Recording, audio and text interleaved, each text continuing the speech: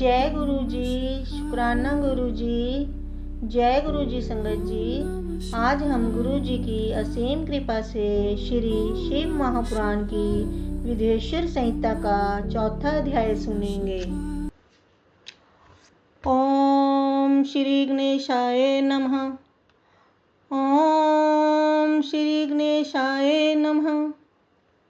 गुरुर्ब्रह्मा गुरुर्विष्णु गुरुर्देवो महेश्वरः।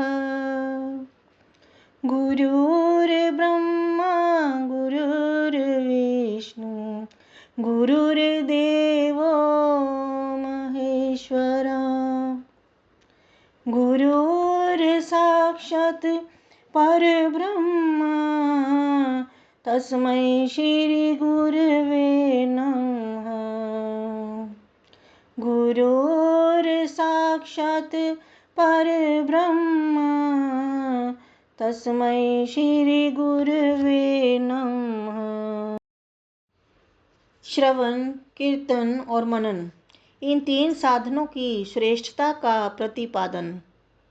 मुनिगण बोले, हे ब्रह्मा, मनन कैसा होता है, श्रवण का स्वरूप कैसा है और उनका कीर्तन कैसे किया जाता है, यथार्थ रूप में आप वर्णन करें। ब्रह्मा जी बोले, हे मुनियों, भगवान शंकर की पूजा, उनके नामों का जप तथा उनके गुण, रूप, विलास और नामों का युक्ति प्रायण चित्त के द्वारा जो निरंतर परिशोधन या चिंतन होता है, उसी को मनन कहा गया है। वह महेश्वर की कृपा दृष्टि से उपलब्ध होता है।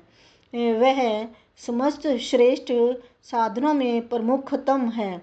शंभु के प्रताप, गुण, रूप, विलास और नाम को प्रकट करने वाले संगीत, वेद वाक्य या भाषा के द्वारा अनुराग पूर्वक उनकी स्तुति ही मध्यम साधन है, जिसको कीर्तन शब्द से कहा जाता है।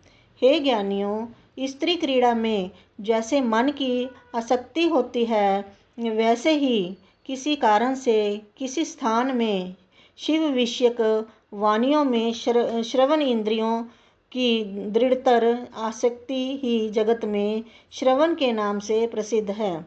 सर्वप्रथम सज्जनों की संगति से श्रवण सिद्ध होता है, बाद में शिवजी का कीर्तन दृढ़ होता है और अंत में सभी साधनों से श्रेष्ठ शंकर विषयक मनन उत्पन्न होता है, किंतु यह सब उनकी कृपा दृष्टि से ही संभव होता है।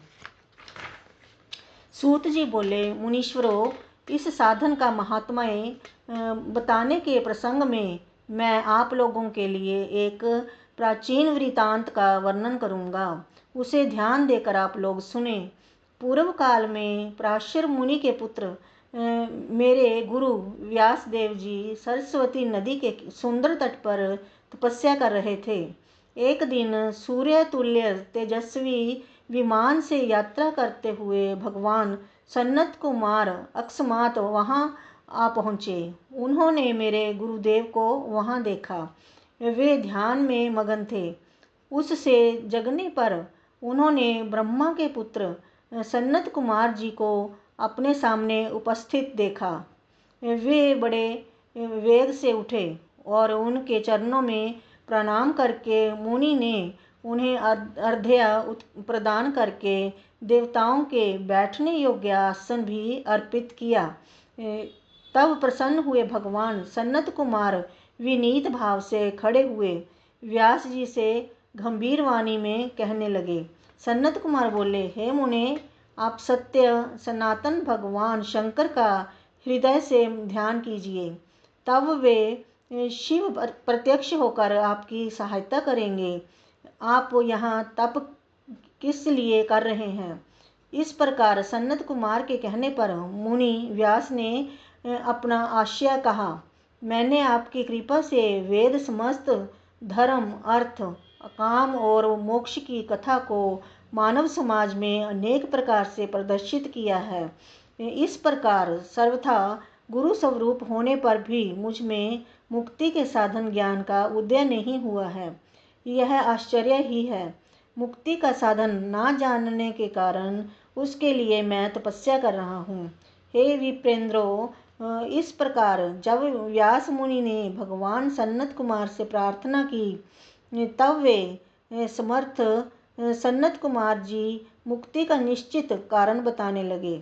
भगवान शंकर का श्रवण, कीर्तन, मनन ये तीनों महत्तर साधन कहे गए हैं।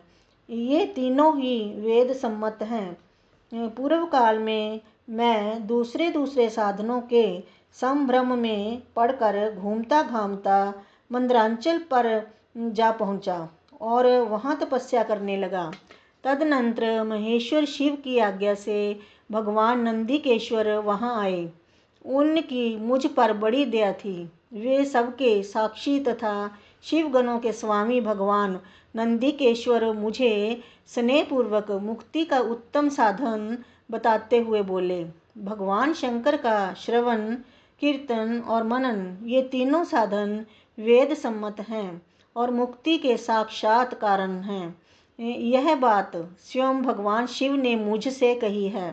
अतः हे ब्रह्मा, आप श्रवण आदि तीनों साधनों का बार बार अनुष्ठान करें।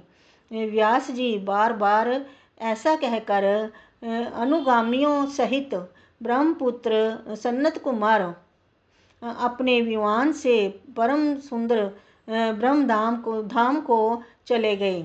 इस प्रकार पूर्व काल के उत्तम वृतांत का मैंने संक्षेप में वर्णन किया है। ऋषिगण बोले, हे सूत जी, आपने श्रवण आदि तीनों साधनों को मुक्ति का उपाय बताया है। जो मनुष्य श्रवण आदि तीनों साधनों में असमर्थ हो वह किस उपाय का अवलंबन करके मुक्त हो सकता है और किस साधन भूत कर्म के द्वारा बिना यत्न के ही मोक्ष मिल सकता है। इस प्रकार श्री शिव महापुराण के अंतर्गत प्रथम विद्वेश्वर संहिता के साध्या साधन खंड में चौथा अध्याय पूर्ण हुआ। जय गुरु जी, शुक्राना गुरु जी। ओम नमः शिवाय। शिव जी सदा सहाय। ओम नमः शिवाय। गुरु जी सदा सहाय। जय गुरु जी।